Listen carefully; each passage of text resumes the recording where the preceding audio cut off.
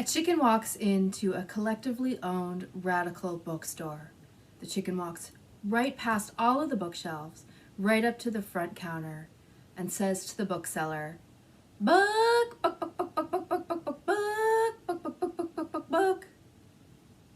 And the bookseller looks around, quite astonished, and says, "Chicken, we have hundreds and hundreds of books.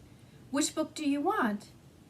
But the chicken keeps insisting, "Book, book, book, book, book, book, book, book, book, book, book, book, book, book, book." So the bookseller looks at the new release section and says, "Okay, chicken, how about this?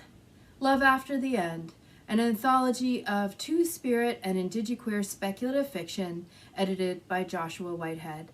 This collection just came out recently. People are really loving it. They're talking about it. How about this book?" And the chicken takes the book and exits the bookstore. The very next day, the same chicken comes back to the bookstore, and the very same bookseller is working that day.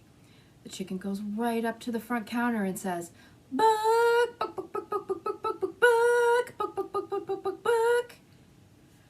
And the bookseller, even more astonished that the chicken's back so soon, says, "Chicken, what are you looking for? What kind of book can I find for you?" The chicken just insists, "Book, book, book, book, book, book, book, book, book, book, book, book, book." So the bookseller picks up God Loves Hair by Vivek Shraya. This is the 10th anniversary edition of God Loves Hair, and really you should take this book, chicken. And the chicken takes the book and exits the bookstore.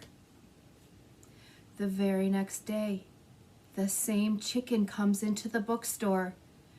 That day, the bookseller is ready. The bookseller is not so taken aback. And so when the chicken says, "Book, book, book, book, book, book, book, book, book, book, book, book, book, book," the bookseller has Little Fish by Casey Plett.